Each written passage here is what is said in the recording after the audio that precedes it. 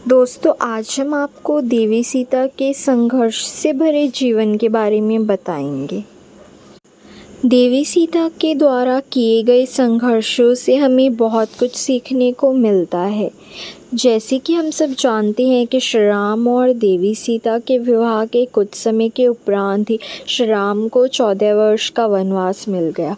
देवी सीता ने अपना पत्नी धर्म निभाया और अपने पति श्री राम के संग वे वनवास चली गई, जिस दौरान रावण ने माँ सीता का अपहरण कर लिया। कथाओं के अनुसार जब प्रभु श्री राम ने रावण का वध करके माता सीता को उनके चंगुल से छुड़ाया तो माँ सीता को अग्नि परीक्षा से गुजरना पड़ा। कहा जाता है कि उनके जीवन में आने वाली परीक्षाओं का यहाँ अंत नहीं हुआ, बल्कि उन्होंने अपने पूरे जीवन में अधिकतर समय कठिन परिस्थितियों का सामना करते हुए बिताया, परंतु उन्होंने ना कभी हार मानी। वह हमेशा डट कर उनका सामना करती रही। इन्होंने एक मिसाल कायम की कि किसी भी व्यक्ति को कभी भी जीवन में हार नहीं माननी चाहिए। आज हम आपको बताने वाले हैं कि इन्हीं के व्यक्तित्व और गुणों के बारे में, जिससे हम सबको बहुत कुछ सीखने को मिल सकता है। जैसे कि हम सभी जानते हैं, वनवास केवल प्रभु श्री राम को मिला था, किंतु माँ सीता ने अपना पतिव्रता धर्म निभाते हुए महलों का सुख त्याग दिया। माँ सीता ने महलों की रानी होते हुए भी एक वनवासियों की तरह जीवन गुजारा और भगवान श्री राम के साथ वन जाने का निर्णय किया और हर पल उनका साथ दिया।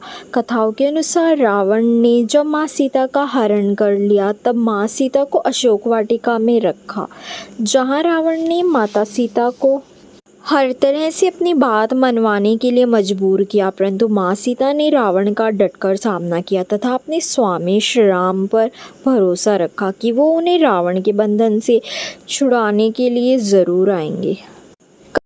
कथाओं के मुताबिक जब हनुमान जी माँ सीता के पास पहुँचे तब उन्होंने श्री राम जी द्वारा दी गई अंगूठी माँ सीता को दे दी, जिससे कि माता सीता का विश्वास बढ़ गया कि श्री राम उन्हें जल्द ही लेने आएंगे।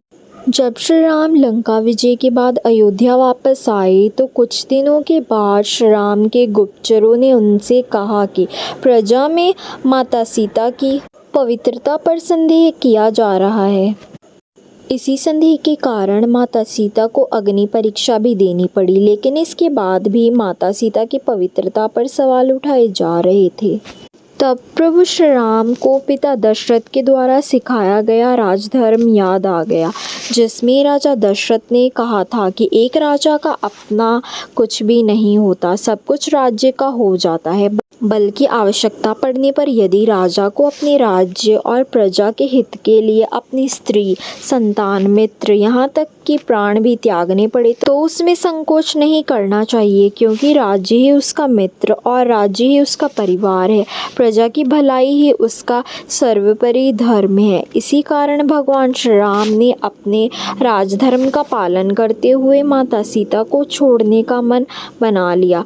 सीता माता जब गर्भवती थी तब उन्होंने एक दिन प्रभु श्री राम से तपोवन घूमने की इच्छा व्यक्त की। श्री राम ने लक्ष्मण से कहा कि वे सीता को तपोवन में छोड़ आए। लक्ष्मण ने तपोवन में पहुंचकर अत्यंत दुखी मन से माता सीता से कहा, माते, मैं आपको अब यहाँ से वापस नहीं ले जा सकता, क्योंकि यही आज्ञा है। तो दोस्तों, यही थी माता सीता के संघर्षों से भरे जीवन की कहानी, जहाँ उन्होंने एक राजकुमारी होते हुए भी वनवासियों की तरह जीवन गुजारा। दोस्तों, अगर आपको ये वीडियो पसंद आई हो तो please like the video and subscribe the channel. धन्यवाद।